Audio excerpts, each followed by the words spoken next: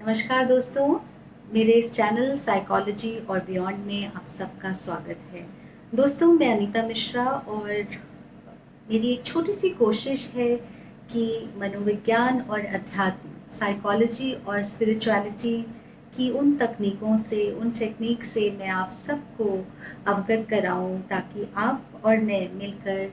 अपने जीवन को, अपने आसपास के लोगों के जीवन को कुछ और बेहतर बना सकें और अपने जीवन को कुछ और बेहतर समझ सकें, अपनी समस्याओं का समाधान खुद खोज सकें। तो दोस्तों, एक ऐसा शब्द जो कि आज हर एक बच्चे बच्चे की ज़बान पर है और एक बहुत ही मशहूर एक्टर के सुसाइड के बाद तो ये जो शब्द है इससे हमारा पाला बहुत ज़्यादा पड़ रहा है। जी हाँ, डिप्रेशन, अवसाद,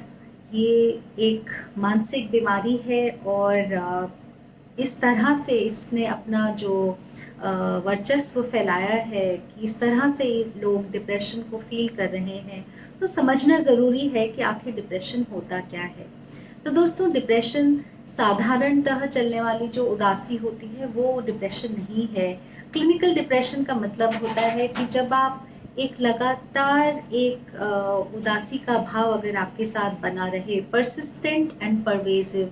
लगातार और निरंतर बने रहने वाला एक ऐसा मानसिक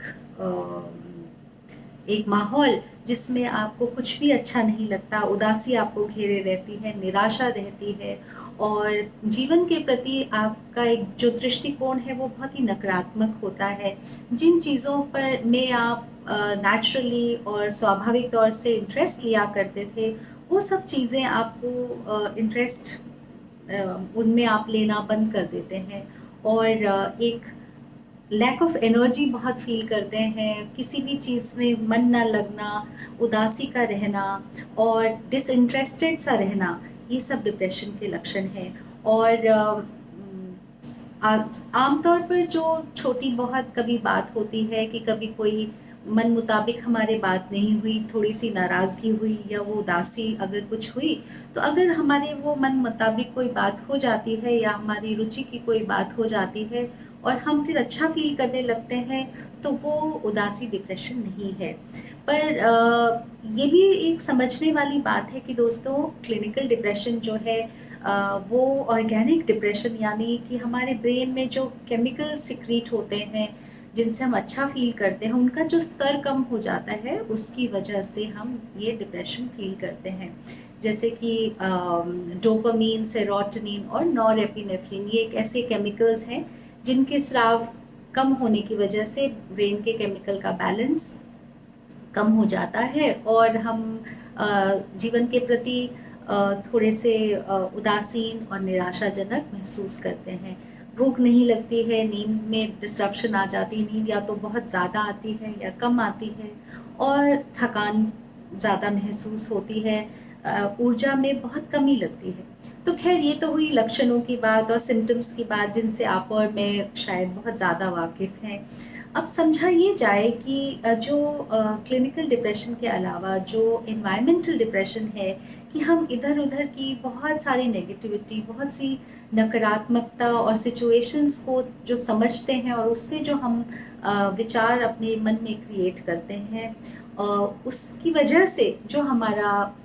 ब्रेन जो केमिकल सिक्रीट करता है, जब भी उसको ये फीलिंग महसूस होती है, जब भी उसको एक ये मैसेज मिलता है कि बाहर सब कुछ ठीक नहीं है या कुछ गड़बड़ है, कुछ गलत हो रहा है, तो स्ट्रेस हार्मोन्स सिक्रीट होना शुरू हो जाते हैं, नेगेटिव केमिकल सिक्रीट होना शुरू हो जाते हैं, जो कि बॉडी के लिए एक प्रोटेक्टिव मैकेनिज्म के तौर पर सिक्रीट होने के लिए बने थे। पर अब हम उन हार्मोन्स को लगातार सिक्रीट होने देते हैं क्योंकि हम लगातार सोशल मीडिया के थ्रू, इधर उधर नेगेटिविटी के थ्रू और आसपास होने वाले जो घटनाएं हैं उनके लिए जो नेगेटिव एसोसिएशन है उसके थ्रू हम अपने मन को लगातार उन केमिकल्स को सिक्रीट करने के लिए फोर्स करते हैं। तो दोस्तों, एक बहुत इम्पॉर्टेंट बात यह है कि जब हम उस सिचुएशन में आ जाते हैं तब उससे निकलना थोड़ा बहुत मुश्किल हो जाता है, क्योंकि तब वो जो रैशनल ब्रेन, जिस जो थिंकिंग ब्रेन जो कि समझने बूझने वाला और लॉजिक वाला जो ब्रेन है वो एकदम बंद हो जाता है। तब हमारे इमोशनल जो सेंटर्स हैं वो एकदम ट्रिगर हो जाते हैं, जिसकी वजह से लॉजिक एकदम ख़त्म हो जाता है। तो बहुत ज़रूरी है कि डिप्रेशन के अवसाद के जो लक्षणों को शुरू से ही पहचाना जाए, उनको समझा जाए और उसको पहले ही छोटी स्टेज में ही पकड़कर उसको जड़ से हटाने की कोशिश की जाए और एक लाइफस्टाइल इस तरह रखा जाए कि अ, हम उसकी गिरफ्त में ना आ सके। तो ये तो थी ऑर्गेनिक और केमिकल बैलेंस की बात। सबसे इम्पोर्टेंट दोस्तों जो ये है मनोदशा, जो स्टेट ऑफ माइंड हमारी जो निर्धारित होती है, जो हमारी मैनेज होती है, वो है हमारे इंटरनल डायलॉग से। इंटरनल डायलॉग यानी क्या? जो हम अपने आप से बातचीत करते हैं। तो किसी भी इंसान की जो मनोदशा है, जो स्टेट ऑफ माइंड है, वो बहुत मैटर करती है कि वो किसी भी तरह के संकट को, बाहरी परिस्थिति को कैसे परसीव करता है, कैसे उसको लेता है, कैसे उसको समझता है और कैसे उससे डील करता है। मोटिवेशन और इंस्पिरेशन इन्हीं दो चीज़ों से डिसाइड होती है कि आपकी मनोदशा और आपकी आत्मदशा, आपकी एनर्जेटिक स्टेट कितनी वाइब्रेंट है, कितना जो लाइफ फोर्स है आपके अंदर, आप उसको कैसे मूव करते हैं।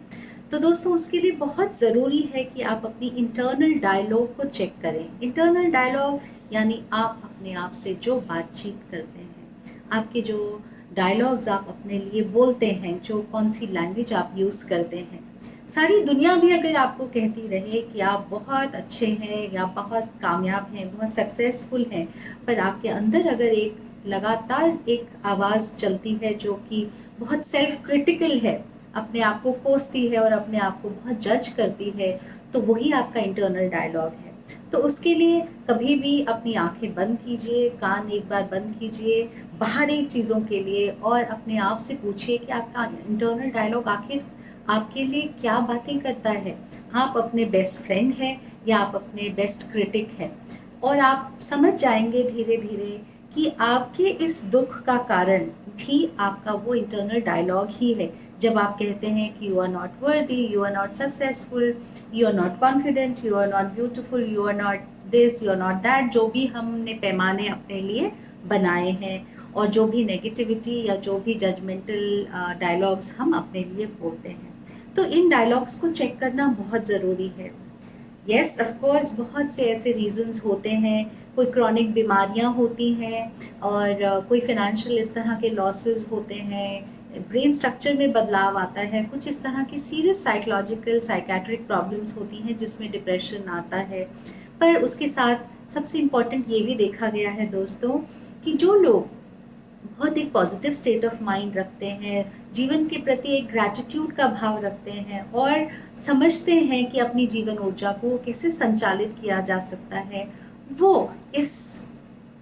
फेज से निकलने में काफ़ी जल्दी कामयाब भी हो जाते हैं। और बहुत से केसेस ऐसे हैं जहाँ पर हमने देखा कि कैंसर जैसी भी बीमारियाँ, ऑटो इम्यून डिसऑर्डर्स अपने आप ठीक होते हैं because of the state of mind and because of the state of the energy, जिसमें अपने रिसोर्सेस को वो इंसान इतने अच्छे से रेगुलेट और मैनेज कर पाते हैं और अपने लिए हीलिंग मैकेनिज्म खुद क्रिएट करते हैं। तो उसके लिए बहुत ज़रूरी है दोस्तों कि हमारा इंटरनल डायलॉग बहुत पॉजिटिव हो, बहुत ऑप्टिमिस्टिक हो।